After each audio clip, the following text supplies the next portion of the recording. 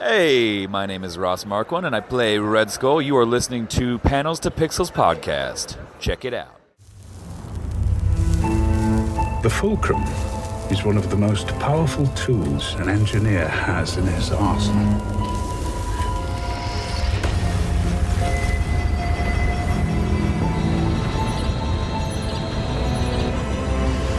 The pressure point by which all things pivot.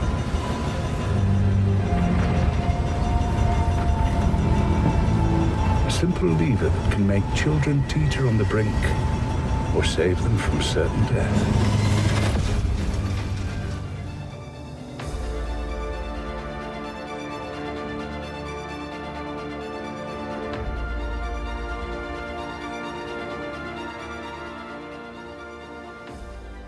Hey, panelists, welcome back to the show. I'm Mark. And I'm Becky. And this is Panels to Pixels podcast. And this episode, well, we didn't get this episode recorded properly the first time because Mark was an idiot and didn't hit record on Zoom. Anyhow, that's a funny tale that me and Becky have on our own. And I'm sure this recording is going to be a little bit different than that one. But we are also late due to scheduling, and I had a lot of work going on the previous week. We had this recorded at the beginning or the end of last week, but we're getting it to you now before episode 7 comes up. So I'm hoping to drop this right before it hits on Sunday. So hopefully you guys get this and you get to listen to it and say, all right, well, I got to listen to that. So we are recording and we're covering episodes 5 and 6 of Snowpiercer Season 4. So we're going to go through episode 4 first, and then we're going to go right into episode 5 because they kind of flow into each other. And keep in mind, everybody, yes, I always say it's a spoiler full podcast. So you had enough time right now to actually watch it if you're current with Snowpiercer. If you're just new to the Snowpiercer series and you're listening to this as a follow along, thank you. I'm sure there's plenty of other people out there doing it, but if you like to hear our take, this is our take. So that being said and done, Becky, you want to give us the title and the synopsis of episode 5? Episode 5 is titled The Engineer, and after asking for proof of life and getting one very suspicious phone call with an unconvincing sounding baby, Leighton agrees. He convinces Ruth to connect the trains, and somehow, despite being aware that the fate of the entire New Eden population relies on this train, Ruth agrees to the terms and surrenders the engine. Wah, wah. Yeah. Leighton and his need to get his child back, everybody. Putting the needs of the few ahead of the needs of the many. And when we recorded this previous, I actually mentioned that. Now I got it right. I was getting it all wrong. And I'm sure all the Trekkies and Trekkers out there are like, you dummy.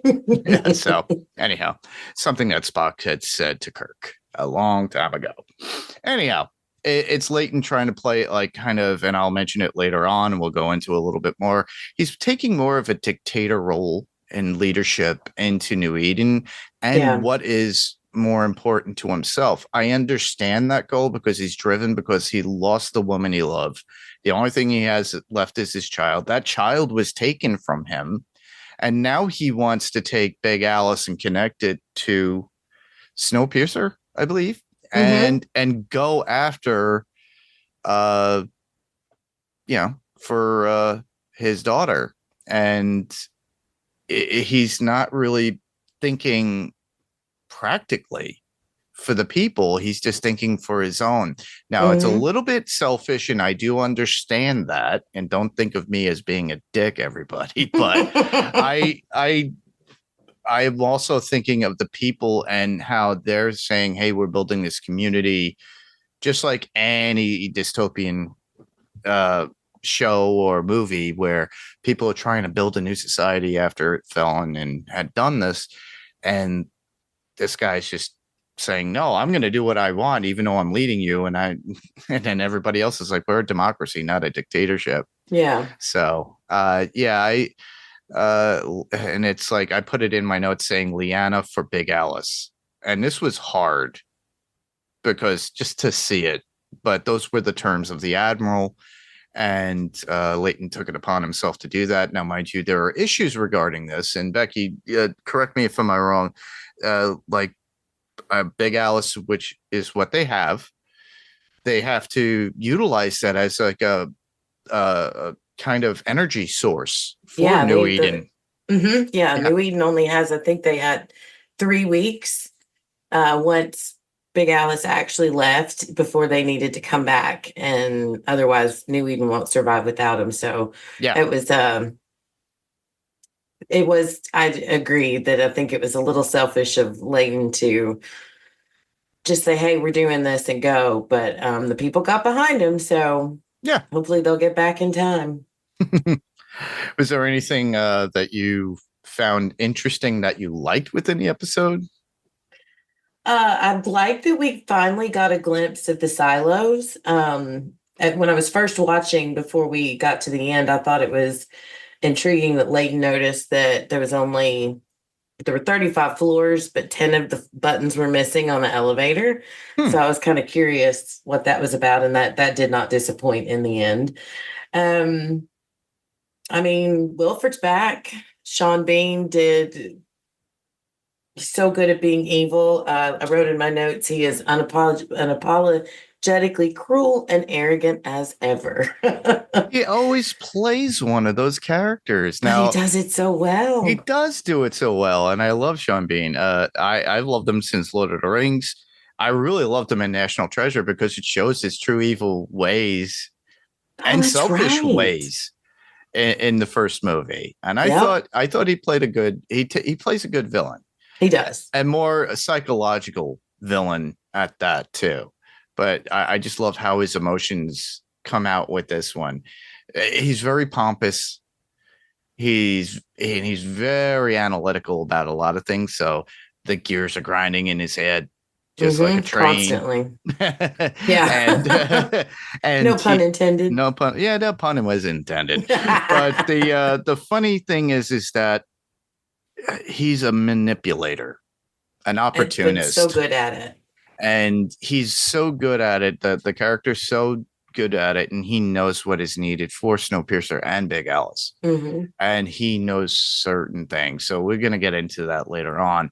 But he does make his appearance within this, and you think, oh my God, I thought he was dead.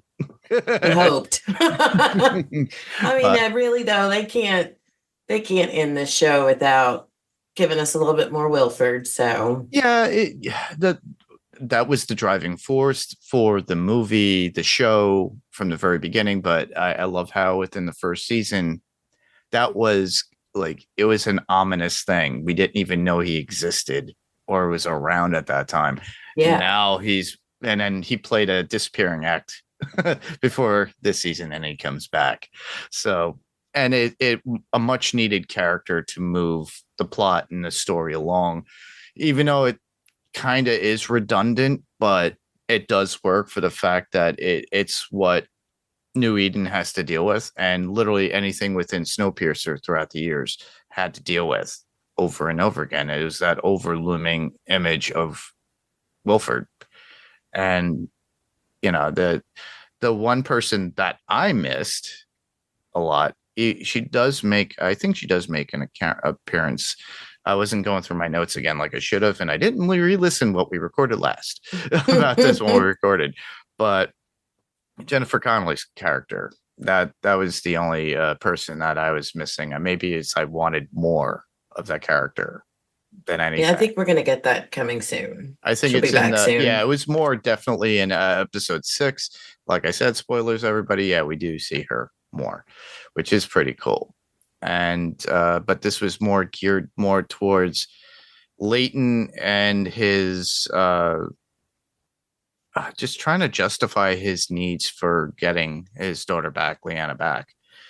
And there's certain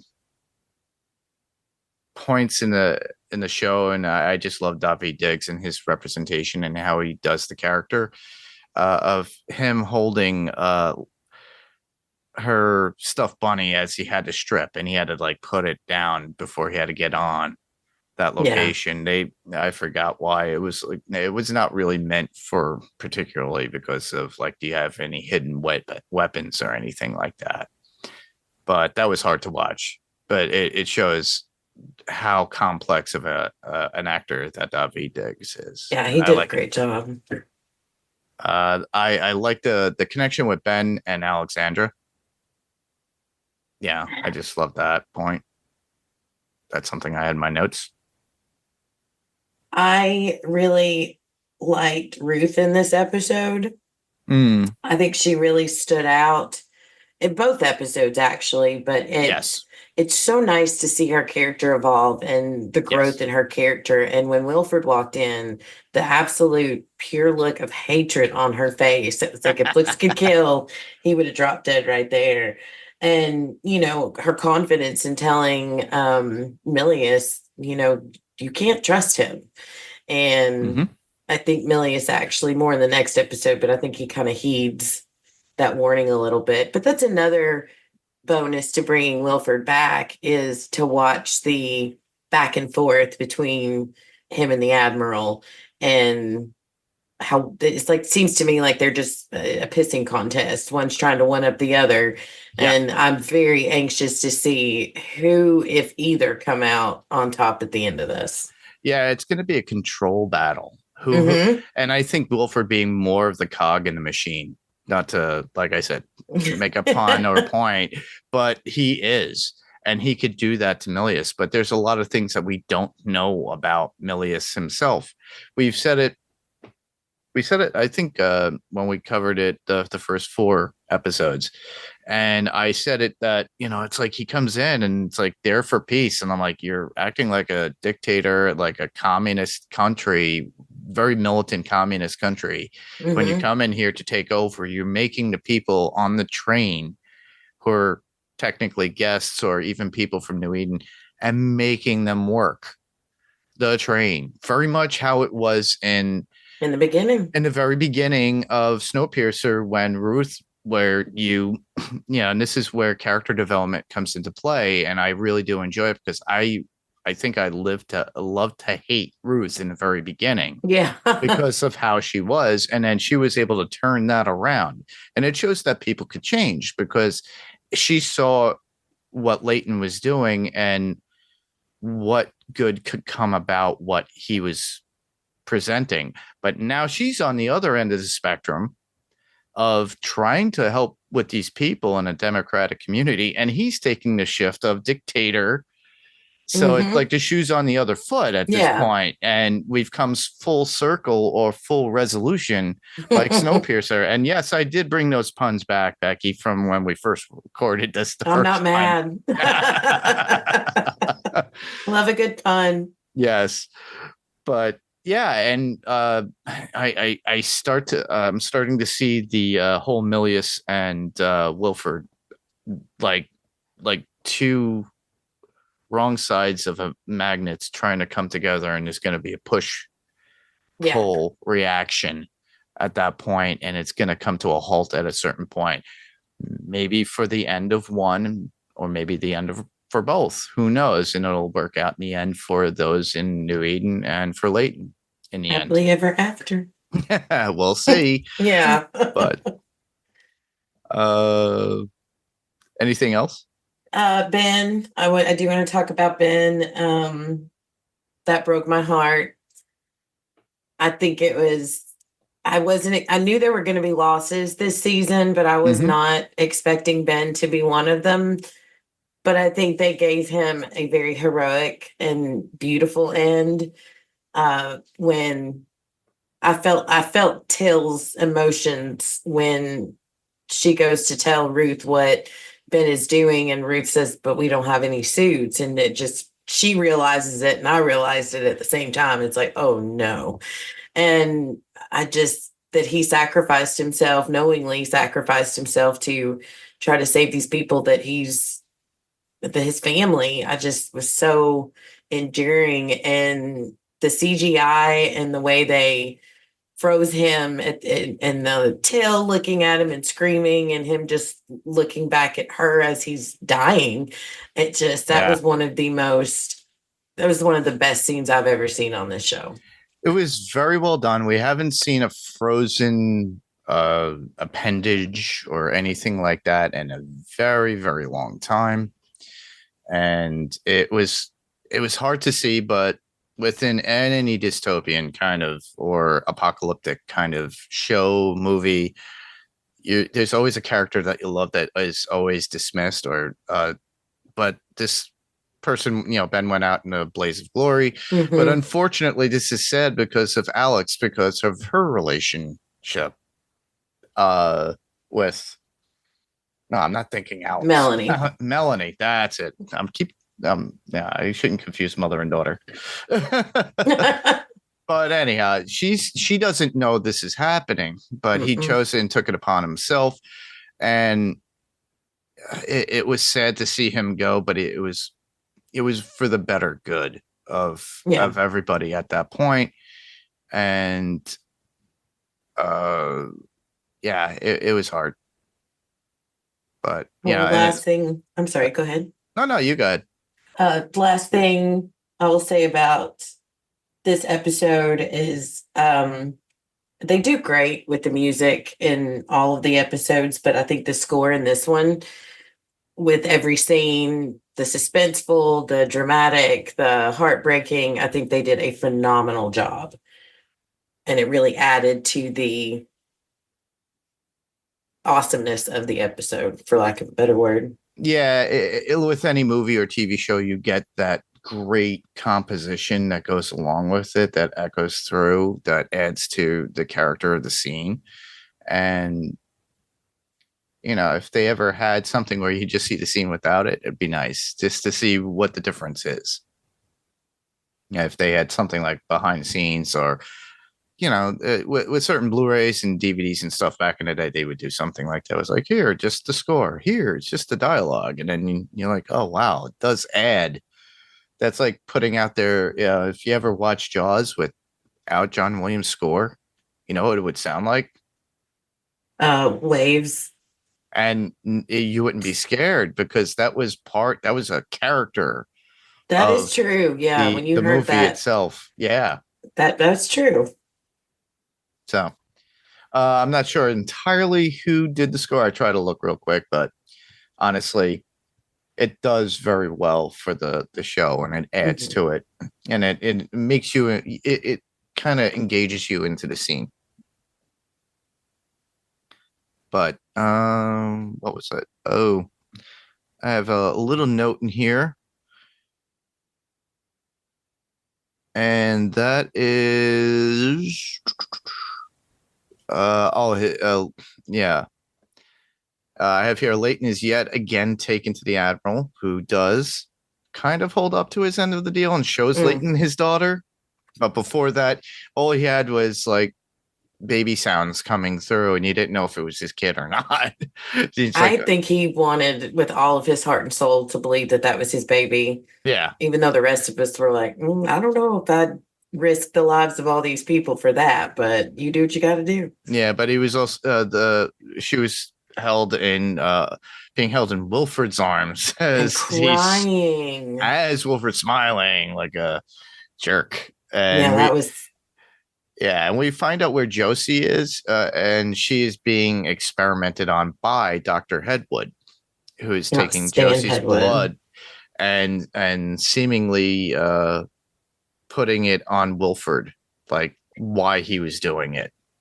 Yeah, that was an interesting that scene brought up a lot of questions, and I'm very curious to see how that plays out. Yeah, and what that is referring, and it makes me think because I don't have it in my notes, and I didn't rev up to it like I did when we first recorded this.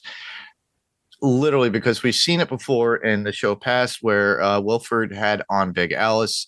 When he finally met up with Snowpiercer, he had all these guys that would be able to sustain the extreme cold outside of Big Alice and Snowpiercer. They could sustain themselves. They wouldn't die. They wouldn't freeze. And it's like, all right, are these blood experiments, are these the same that came up with these kind of mutants? And is Wilford trying to play, I want to be this ice mutant? Wolford. Yeah, it's like, is he getting Josie's blood? Is just Josie getting his blood? Yeah. What is going on, and what have they done to her? We don't know at this point exactly what all they're experimenting on, and that brought up a lot more questions than answers for me, and I'm very interested to see how that goes. Same here. And plus, we all know because we've seen it in New Eden where you could be outside.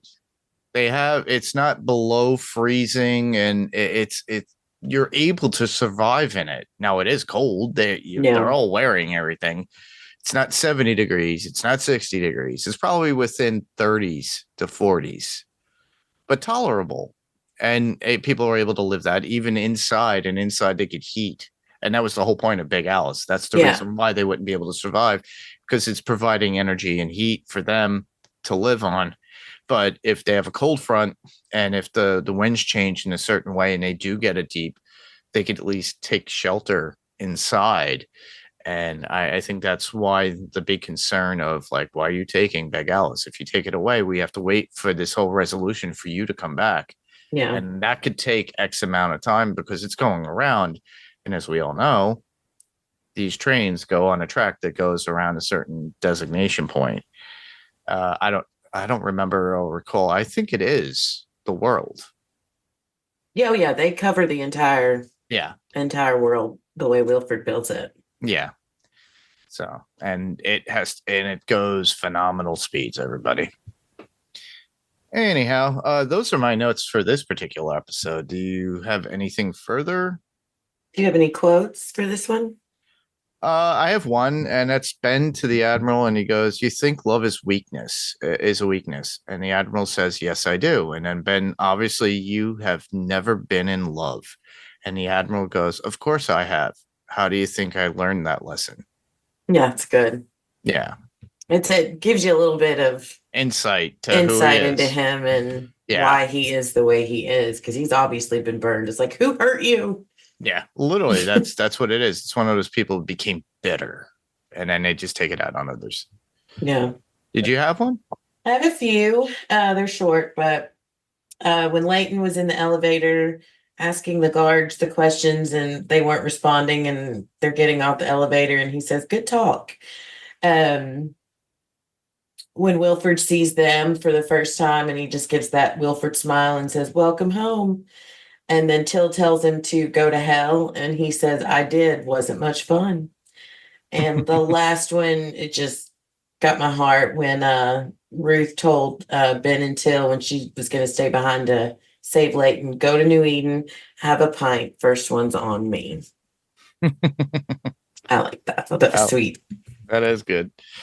I only have one left, and that's Leighton to the Admiral, and he goes, "Where's your backup?" And the Admiral goes, "I don't need backup when you have leverage."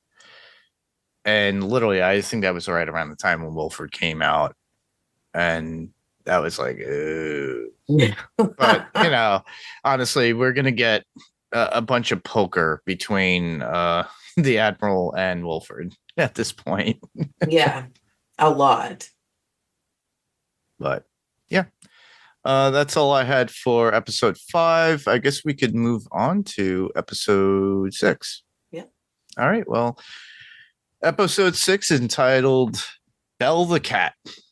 And the synopsis is, Nima needs more samples for his experiments. So Milius sends Wilford and the soldiers to collect. Privately, Milius tells Wolf to kill Wilford. Leighton wakes up on an abandoned floor and is approached by humans with toxic gas scars.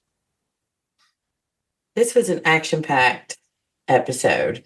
Yes. I love the way it started with us getting to see what happened to Wilford during that 11 months that he was gone from Snowpiercer. That was a great start to the episode. Mm-hmm. I think when Leighton woke up and all of that started happening, I legit thought he was in a dream, because I I was confused. I did not understand these people. I was like, is this zombies? No. It I was was very confused, it but I takes us get it back. now. Yeah, it literally takes us back to that one person that we see when they attacked that one of the admiral's men, and they're cut, but you see this gas coming out of them. Hmm. So it leads us to believe there was more experimentation. How did these guys survive? This is still a bit of a mystery of what's going on, and it makes me think of are their days numbered as a group because of these experimentations, and why would they need the train? Is there something within the train that they need to continue to live, and they have to be on it for full resolutions? We don't know. And how does this affect the other people? Because what if they come into contact with them? So Yeah. yeah. So to me, it's just like, there's something else going on here, but we're not being told. The admiral's not being very open, but then again, he's also playing a battle, a game of poker with Wilford, and a little bit with Leighton, and then you get Wilford in the mix being a jerk. Yeah. Wilford's gonna Wilford. What I did like is that Wilford actually knew more areas of the trains than anybody else, like a hidden section that he could go Yeah. to, which I found interesting. But that is what he had in his back pocket because he built these trains. And Melanie knows a lot about these trains too. And I wouldn't put it past that she knows it, or she knows of like a mysterious door to go to or go through. And I'm sure there's a way for even Wilford to put a cog in the machine for the admiral to stop, and then once he finds his weakness. And I'm wondering and thinking, and I'm always like this, where it's like that whole gas that comes out of them. But you said, like you mentioned before, you have these people that Leighton winds up getting stuck with, and they look like zombies, but they also look like they were prisoners. Hmm. And they also reminded me of what in the very beginning of Snowpiercer, when you had the upper class in their higher end train car, and then you had the tailies in the back that did all the work and had to struggle and look dirty, depressed, grimy. It looked like maybe these people were thrown back because they couldn't hold up their end, or they couldn't keep up with the tasks that were needed to get the train to keep going. But and also, like you, I was looking at them when they were looking at Leighton, going, "Are they going to eat him?" Right. It's like they have to be hungry. And that was a pretty cruel thing that they do when the admiral sent Wilford with them to go get more samples, and they just throw out the food. That it's like a game to them, that Mm, these people's lives don't matter. And then Nima confessing to Alex that there was an issue with the experiments, and they were on the wrong end of it. And but yeah, it's why are they still there? Haven't they just killed them all? So I guess they are still useful in some way. they are, yeah. Like, well, I hate saying it, and I have to refer to The Walking Dead when Negan says it. People are a resource. Yeah. They're utilized, for whatever skills they have or whatever need they need for like physical work. So I think that's the reason behind it. I don't think it's for them to be eaten. Yeah. We haven't I gotten hope not. resorted cannibalism, but if you Was all it recall the movie, they talked about cannibalism in the movie. But I look at the movie now in comparison to the show as two different entities, even though somebody was telling me, I think when we did the movie, we thought, and when the show came out, that this was years and years ahead. But in perspective now, I'm thinking of it as two different worlds. This is this Yeah. version and this is that version. Or you have the comic book version that's out there too. So if a lot of you, I've only read the first graphic novel, which I own, and it's out there, everybody. You can find it on Amazon. It's a French book, so be careful which one you get. So if you're American, British, or whatever, and you want to read the English version of it, they do have an English transcript version of it, but they also have a French version. So if you're Canadian or French, you could easily read it as well. I'm sure the translation would probably be right, and then our I hope version would be a so. little bit different. Because anytime that's like watching subtitles, like I do on a Godzilla film, and you watch subtitles as you listen to the dubbed version in English, and you're like, wait a minute, the story doesn't really that dialogue doesn't seem the same. Something's not right here. Something's not right, but you get the best of both worlds if you're able to know both. Yeah.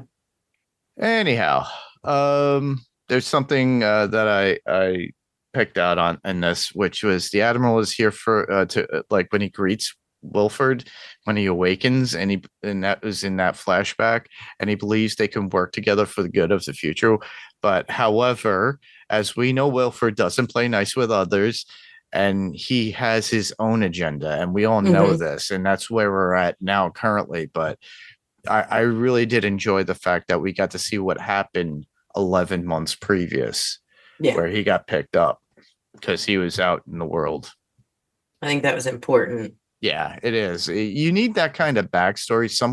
Sometimes you just leave it to the your own thoughts. It's like, oh yeah, he's back.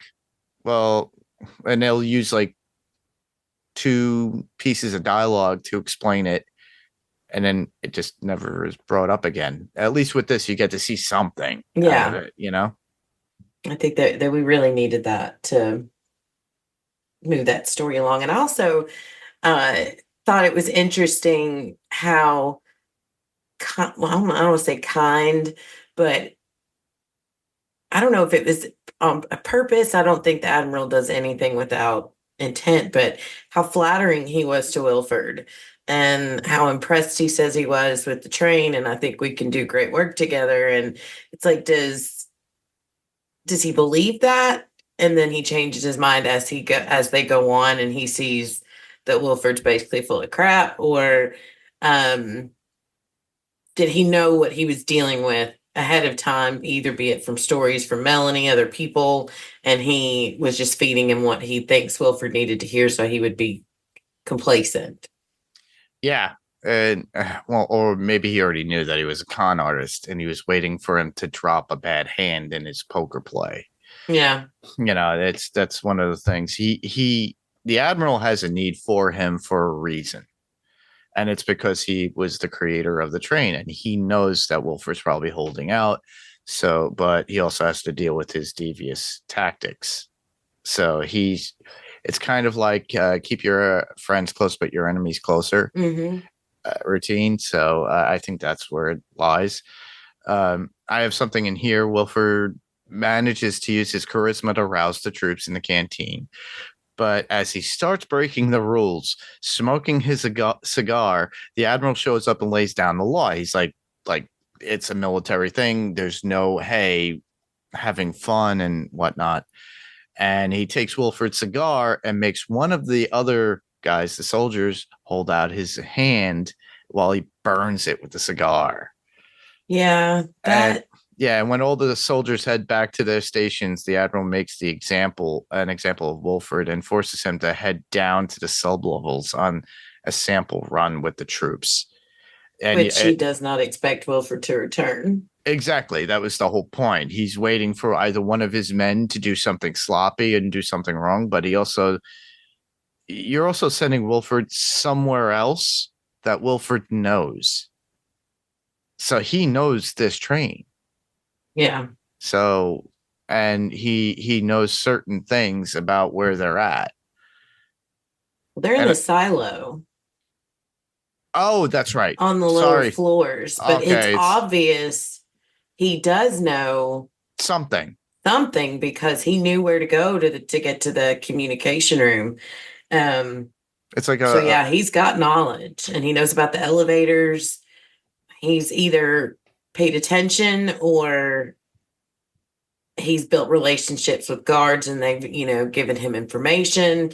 He's got a lot more knowledge than I would think he would have. Or a theory in my head, now that I think about it, because I was thinking of the train, and I wasn't meaning Silo because my memory sucks. And obviously I didn't put it in here. What if Wilford actually built those silos? Well, I thought about that he was involved, but when he meets the admiral says, he says, "Where are we?" And Wilford, or the admiral, tells Wilford we're in was it Djibouti? Yes. So it wouldn't surprise me if Wilford was behind every aspect of this save the world situation. So yeah, it's a good possibility. Yeah, it's like when it's like they were at towards that end, even though he was building Snowpiercer and eventually Big Alice too, he was probably involved with the setup because he's a master builder, not in Lego, everybody. But that's I want to have that song stuck in my head. Everything is awesome. I know. Yeah. Oh, sorry. I put an earworm in her head. Everybody. Yeah. It was a big setup for him, I think, as well, to send him to the dungeons and never to come back. Yeah, and then he did, or when he heard him over the intercom, you could tell right then and there Wolf was in trouble. And I thought it was telling or interesting that they can live without their helmets on. Yes. Yeah, it kind of, oh man, this I just get thoughts in my head because I'm like, I'm a movie file. I'm a fan of movies and horror movies and stuff like that. I don't know if you ever saw Planet Terror. Mm-mm. It was a Grindhouse film. They had that with Death Proof. It was a Quentin Tarantino and Robert Rodriguez combination. Ooh. And it was meant to be old Grindhouse style movies. So Death Proof was Kurt Russell, just to breeze over everybody. And I know you're going to be bored and snoring. We will be covering those on Adrenaline Cinema. I've been wanting to do those. But Death Proof was a stuntman who's crazy and attacks people with his car or puts them in his death proof car and winds up. But the last part of Death, like 75% of it is him chasing down somebody in these girls that are part of a movie crew, and they get into like a whole. This is the biggest chase and everything. But Planet Terror, which was also attached to that, if you do the double feature, Bruce Willis is in that with a bunch of crew, including Quentin Tarantino, and they have to wear masks because they got gassed. So they can't survive without their masks for too long because they'll mutate. So it made me think of that. It's like, they could survive without their helmets for a while, but maybe that is what the helmets are doing. They're supplying them with the gas at some point to give them breathable sustenance so they could take their helmet off and be in the real world. But we won't know until we get to that point, everybody. We haven't seen evidence of what these experimentations are, especially the fact that we get the doctor and Alex nosebleeds and he needs to check her. And there's like question because she was the only one that was, I think it's one of the few people he ever met that was outside. Mm-hmm. And and since she's viable for both Snowpiercer and Big Alice, he needs that and he needs her alive. Yeah. I think that was one of the reasons that Admiral was so blasé about letting Wilford go, is he realized what he had with Alex and how smart she is, and she basically learned everything Wilford knows. Yes, literally, she knew. Her mother helped created with Snowpiercer. Melanie knows the inside and out, but also Alex knew all that information as a child, and then she was stuck with Wilford throughout that time on Big Alice and knows his mind and learns directly from the man. So she probably knows all his tricks. Mm-hmm. But from what I could tell with the doctor, in a way, Milius thinks of her as is like pretty much the future. Yeah. This is the future of how people will survive, but they're concerned about whether or not she will survive due to this, because maybe it's different atmospheres of her being in the train so long after she was exposed, and then dealing with that. Is he thinking, oh, we're going to have to put her on the gas to sustain her Yeah. life? Or are they going to examine her to find a way to cure themselves? I think it's because Nima mentioned whatever that rocket was that they, They used as blew a up that distraction. Yeah. created New Edens. It released something in the air, and that's what's causing the reaction that's giving the nosebleeds. And for them Yes. to have her to be able to test because she was actually there in New Eden is a big deal. And exposed. Yeah. Yeah. So we'll see. I had like a weird thing when I had these notes put in too, which is so funny. It's like the reason why they kept Alex on there. I said they think of her as being the future. If Leighton and Melanie don't make it, God forbid, in the show at the end, Alex can basically survive and raise Leighton's daughter, Leanna. Yeah. And it could be that wonderful ending that you get out of these apocalyptic or dystopian style shows and movies that you get out there. So there's like proof of hope, but I would be okay with that. I would be fine with that too. But for now, speculation, thoughts are weird ideas on how it would be written, but we won't know until we see the next bunch of episodes. I do want to touch on going back to New Eden and LOL at the Oz and Stu scene. Wasn't expecting that. Yeah. It seemed out of place, but I do like that they finally are giving Oz a solid storyline and giving him something to do other than just being the weird guy up in the hills who talks to himself. I was very glad to see him use his smarts to figure out what was really going on. He is useful. He is smart. And it was part of what I didn't like is that they made him look like the crazy person of the town. And now he's able to redeem himself in some way and show some credibility within the community, I think. And in all fairness, I do give him. I'm glad they didn't carry on too long with it, but I do understand. I don't. I've never been in an apocalypse, but neither have I. But I can't imagine going through something like that, dealing with that life on the train, and then here you are, because he only felt useful on that train, and when he left his wife, who ended up choking on the eyeball, I understand not being 100% right, so I don't blame him for taking some time to booze it up and talk to himself for a little bit. Yeah. Good pep talk. Yeah. And plus he needs that alone time as well. We all do. Yeah, so true. But as long as he didn't really talk to himself in different voices, Yeah. Wait, that's wrong? Oh man, I've been doing it wrong all this time. Oh, Darn no. it. Oh. So there's one thing that I have written down here. When Leighton beats Wilford. Yes, that was a good scene. Yeah, Wilford has a knife and he stabs him or the guy, and managing to break free and race away.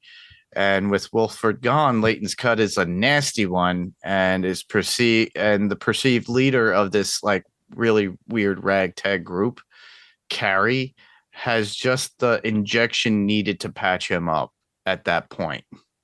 Well, I think that a lot of those people were scientists. Yeah, and it was wild to have that happen. Yeah. And I was like, okay, so he doesn't die or doesn't lose an appendage. Not yet.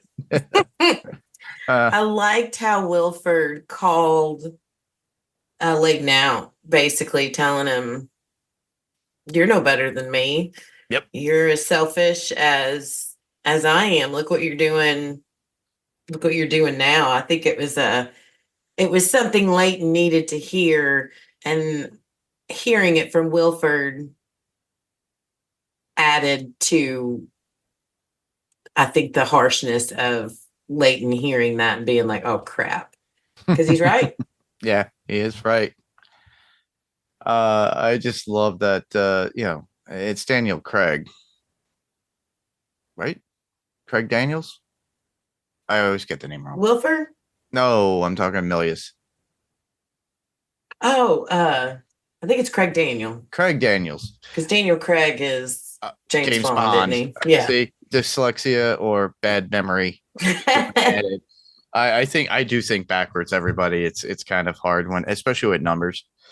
But it's really weird when I do actually do remember something that's very complex and it just blows people's mind. And then they're like, but you just said that backwards. I was like, yeah, well, I got it right. That's cool. Sometimes I do, but anyhow,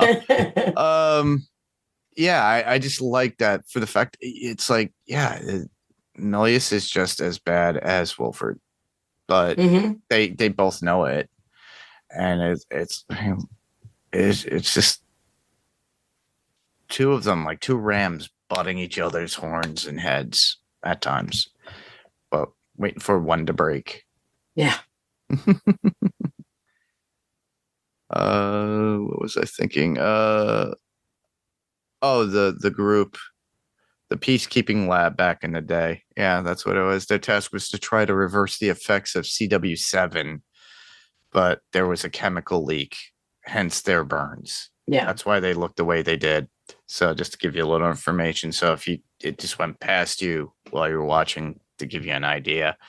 They've been down there for 3 years and they haven't found a way to get out. So in fact, they've resigned to their fate and pretty much given up, with samples just part and parcel of their daily lives. So that they look kind of like the people who are homeless out there in the world, but they still have their purpose in some way. But now hopefully there's going to be hope for them. I hope so. I liked Till and Ruth, their scene in the tub. I thought that was a really good setting. And I like that too. I like those two as a duo. I think they work well together, and I think it was a really beautiful moment when Ruth gave her speech and they all carved the bee into the wood in the engine, so Ben would always be with them, always be there. Yeah, it was very much needed, and to show that never forget, trying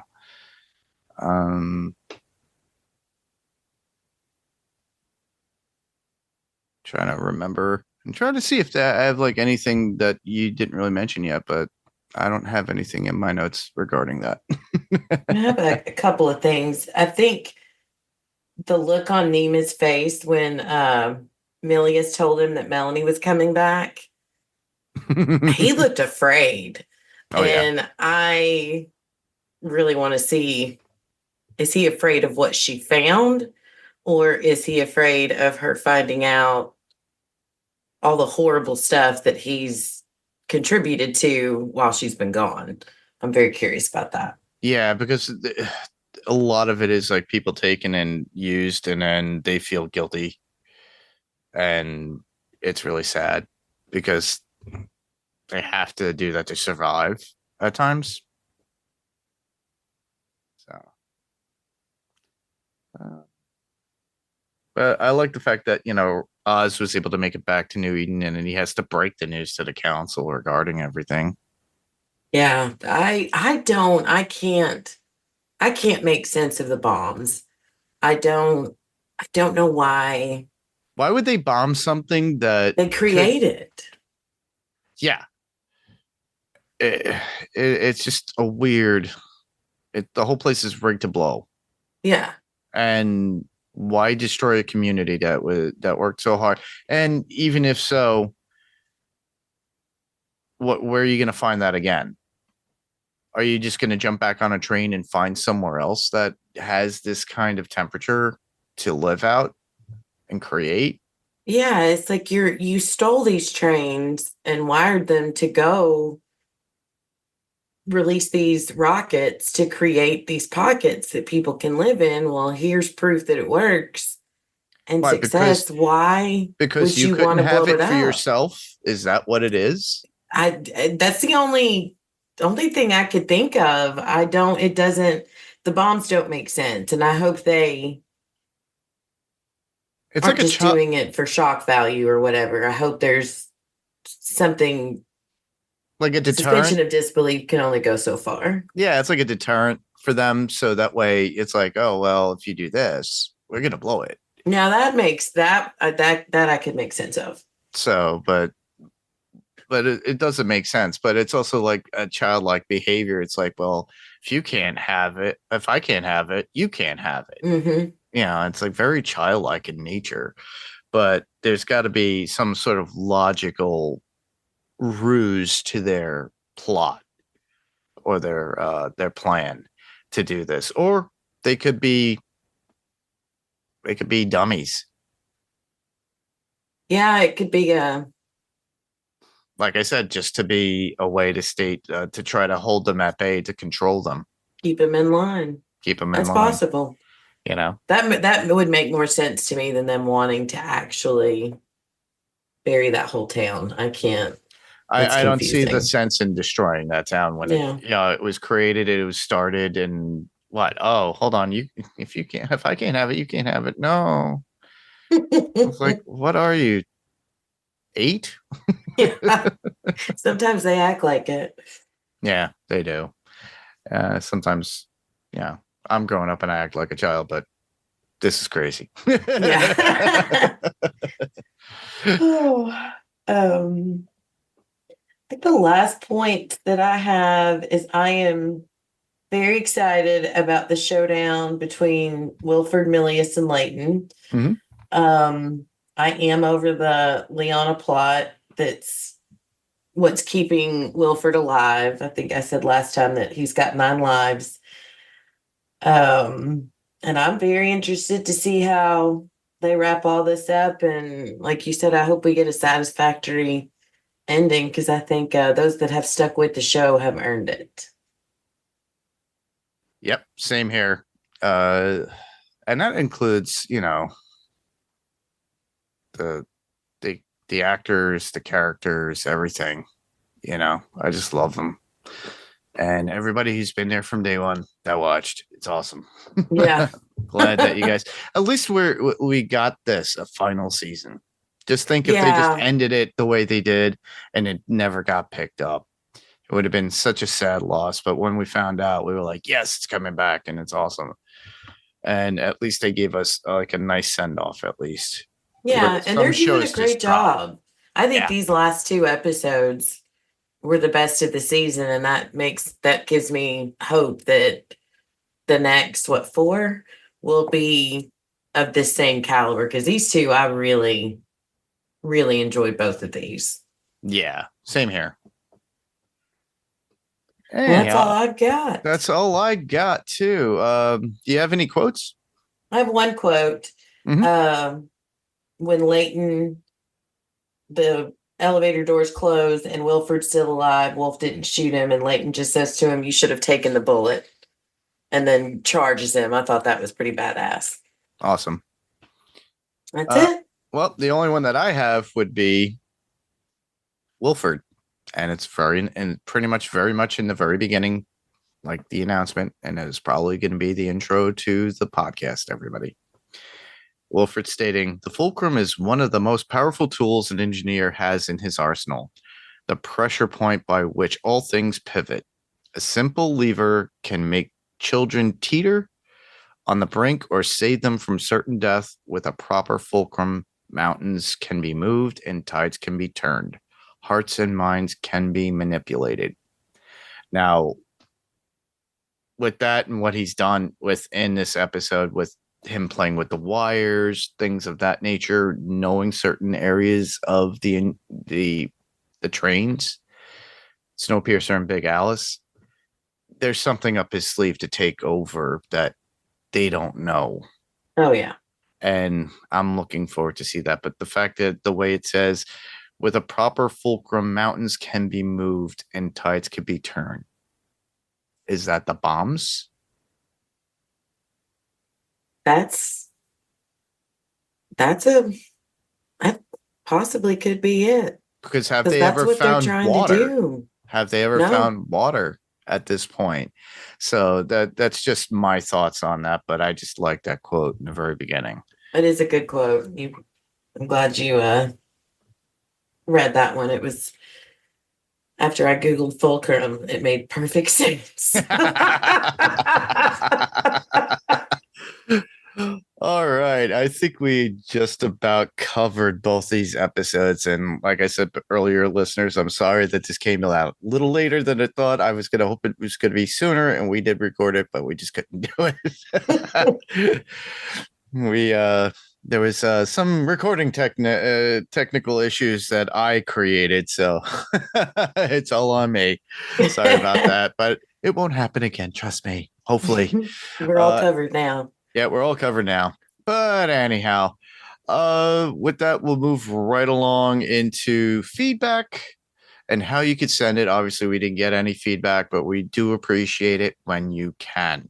Please do. The best way to do that would be go to our Facebook group, which would be facebook.com/panels to pixels.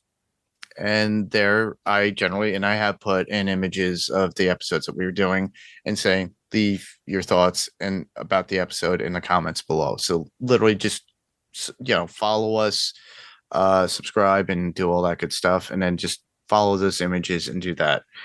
Since it goes on Facebook, it also goes on Instagram. So we can be found at Panels to Pixels Podcast on Instagram. So check that out. It's the same post and everything else. So do the same and I'll get that information just the same. If you feel you need to email us, all you have to do is email us at panelstopixels1@gmail.com. Regular written out email will be greatly appreciated.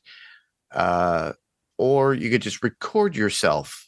We have all these cool, nifty devices. A lot of people have hands of ways of doing Zoom and everything else. You could record yourself and just send it as an attachment and we'll play it. It would be as if you were on the podcast itself and we'll actually be able to comment along after we played it. It's pretty cool when people do that and I do enjoy it. That, like I said, panels to pixels1@gmail.com. That's panels, 2 is spelled out TO, pixels, and the number 1@gmail.com.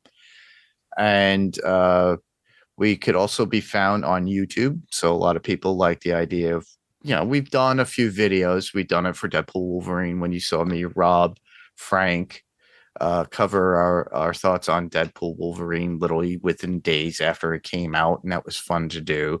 My interview with Kevin Smith who did Clerks and is having a new movie, just for a cheap plug for him. The 4:30 movie was already premiered last week, and that was pretty cool. I didn't get a chance to go, but I intend on actually going seeing that sometime soon or when I can. So give Kevin Smith some support. Do that. We've also had the Comic Book Men. We had Ming Chen and Michael Zapsik from Comic Book Men. I've also had Veronica, the lady who played Veronica from Clerks, on here as well on this channel. That's when we cool. Interviewed her. I always try to get some sort of celebrity guest when I can. It's nice when I can. As you heard before in previous older podcasts, my intro was Ross Marquand himself saying he played Red Skull and did the voice. So I'm hoping to try to get Ross back. It's kind of hard. He's a very busy man now. But we all loved him in Walking Dead, but he also he does a lot of stuff. He did Ultron in the What If series for Disney Plus. He did the Red Skull in Endgame as well in any other variant forms and cartoons. So, and he's also in another cool Robert Kirkman thing that's out there, Invincible. So check that out. Anyhow, that's what we have there on YouTube. So if you subscribe to YouTube, you could listen to the podcast that way, because the YouTube podcasts, we have the videos. We also do, I also put it up as a regular video with the static image behind it, and you could hear it. Some people just play it on their YouTube. I've been to people's houses where they played it for me. Oh, that's awesome. And I've heard my own voice going, why am I hearing myself? Am I listening to my podcast in my head? Like it's fine. The voices they've taken over. So I had a client actually had that playing, and she was trying to make me laugh. That's cool. That's really cool. But with YouTube, please, hit the subscribe button, ring the bell to get notified. Give us a thumbs up if you like it. Leave comments, because you could easily leave comments, and I could take those comments as well and talk about that in the comment thread, or when we talk about feedback. If there's a rating or review, because we could be found on Spotify and Apple Podcasts, it'd be greatly appreciated if you could give us 5 stars. Leave a comment too, because that's perfect, because it shows up right away, and a lot of people use that as a way to do that. Also, keep in mind with YouTube, please do not get us confused with Panels to Pixels. We are known as Panels to Pixels Podcast. Now, I love Josh. I love his accent. He's a really handsome dude. And he's very bright, and I love what he brings to the table with his media content. So give him a listen too. I highly recommend it as well. But look for us as Panels to Pixels Podcast. If you want to see or hear Josh, go to Panels to Pixels on YouTube. Just to clarify that, so that way people know. But other than that, where else can listener hear you, Becky? Wherever you'll have me. And once they're taking a break to, I think Penny's doing her Lord of the Rings, but I will be appearing at some point on Still Slaying, the Buffyverse podcast. Mm-hmm. And I think with Adrenaline Cinema, we're going to be doing a rant on the Mayfair Witches. Yep, season 1 of Mayfair Witches. So that'll be coming soon too, everybody. So if you're not listening to us there and you want to hear it, just subscribe to Adrenaline Cinema podcast. It's my other podcast. It's cool. I'm trying to work out everything so both podcasts can be found on the Pyrocore Entertainment website, but that might take a little time. Everybody, it's been hard. I've been dealing with a lot of work-related issues and stuff like that, but I'm trying to get these podcasts out to you, which is awesome. And I love that. And I love doing that. Anyhow, like I said before, and I have always said it, I could be heard here right on Panels to Pixels podcast, as always. Adrenaline Cinema podcast as well. And there, if you're not familiar with it, we cover action movies, TV shows like that, adventure movies, suspense and thriller movies, fantasy, anything that makes your adrenaline going. We are going to do Mayfair Witches, like I said, season 1 review, and then hopefully we could go on to season 2 episodically just for fun. And a lot of us are there that are not liking the show, and I have not read the books, but we'll have Billy there to tell us the difference. And Laura. Laura's read the books too, yeah. Yeah. I'm hoping eventually with this particular podcast here on Panels to cover the new version of The Crow when I get a chance to see that. So I'm probably going to be waiting on streaming services because it's been getting really bad reviews, but I've heard a lot of good feedback from people who've gone to it and liked it and don't associate it with the first or the original movie with Brandon Lee. You could also hear me on, when it does show up, formerly Fantasy Picks Movie Edition. It's called it's going to be called Filmtropolis. So that will be Rob Moda's podcast that you can find on PyrocoreEntertainment.com. So follow that and we'll notify you when the new episode is up, and we'll go from there.